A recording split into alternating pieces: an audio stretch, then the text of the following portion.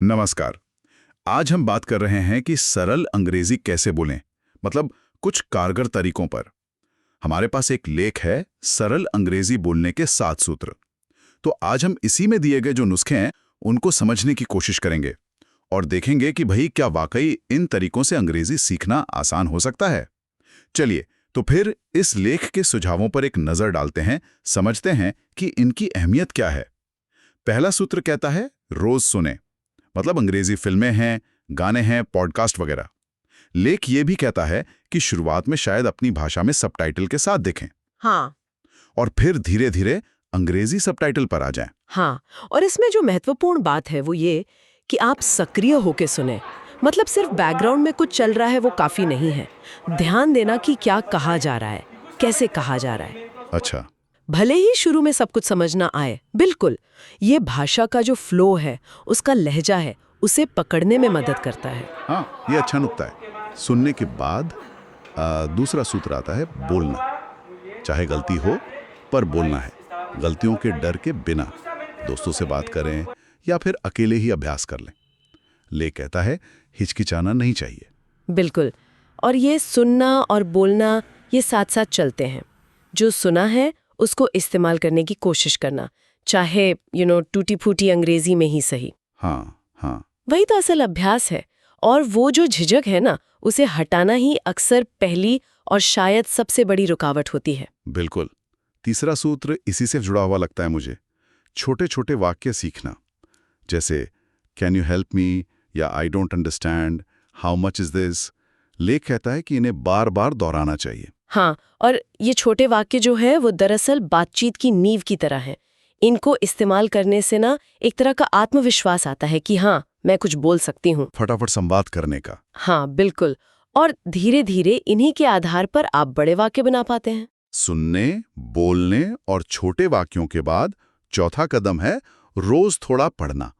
जैसे बच्चों की किताबें हो गईं, छोटी कहानियां या खबरें। और साथ में ये भी कि नए शब्द लिखकर उनका मतलब समझें। और इसी कड़ी में हाँ, तो पांचवां सूत्र है रोज लिखना। चाहे डायरी में 2-4 वाक्य लिखें या फिर सोशल मीडिया पर कोई छोटी सी पोस्ट डाल दें अंग्रेजी में। कोशिश ये हो कि रोज कुछ ना कुछ अंग्रेजी में लिखा जाए।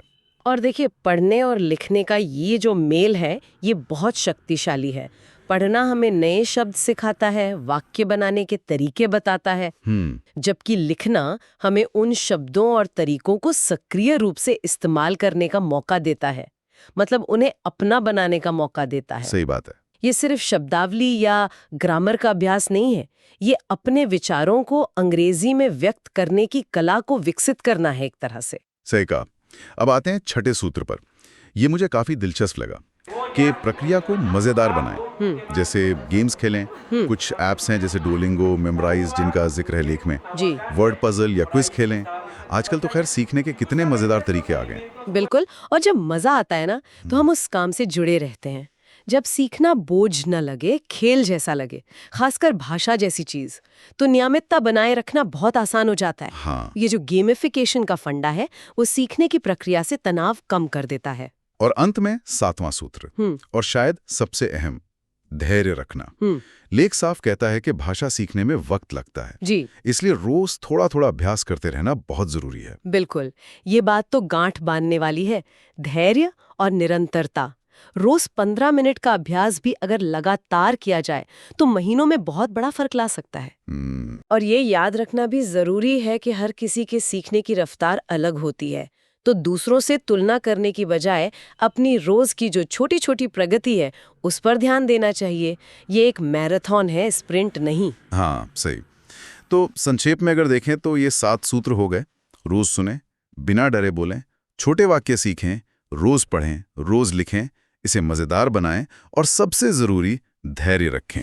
हाँ, इन सभी सूत्रों का सार यही निकलता है कि भाषा सीखना सिर्फ जानकारी इकट्ठा करना नहीं है, बल्कि उसे अपने रोजमर्रा की जिंदगी में उतारना है और लगातार इस्तेमाल करना है। सक्रिय भागीदारी और अभ्यास यही सफलता की कुंजी है। और अब जाते जाते एक विचार छोड़ जाते हैं श्रोताओं के लिए। सोचने वाली बात यह है कि सीखने के इन अलग अलग तरीकों में से कौन सा तरीका किसी व्यक्ति की अपनी शैली, मतलब लर्निंग स्टाइल के लिए सबसे ज्यादा कारगर हो सकता है। और क्या इन सभी तरीकों को मिलाकर एक अपनी व्यक्तिगत योजना बनाने से नतीजे शायद और भी बेहतर हो सकते हैं?